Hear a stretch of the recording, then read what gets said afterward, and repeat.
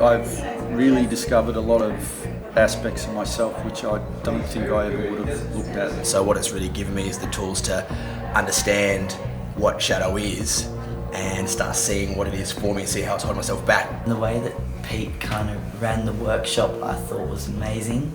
He wasn't a presenter, he was a part of the conversation.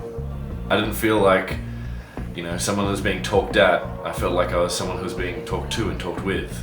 Particularly enjoying the one-on-one, sort of the live interaction of delving into what's happening for people in their real worlds. I love how he creates a really safe space for people to share what can be sometimes quite a challenging experience. I guess what I'm feeling most empowered about is going into my life and being more aware of how I feel about others and what that says about me. And it's daunting starting the journey, but now I know that there's tools to be able to process this part of myself that I've been just blindly dealing with.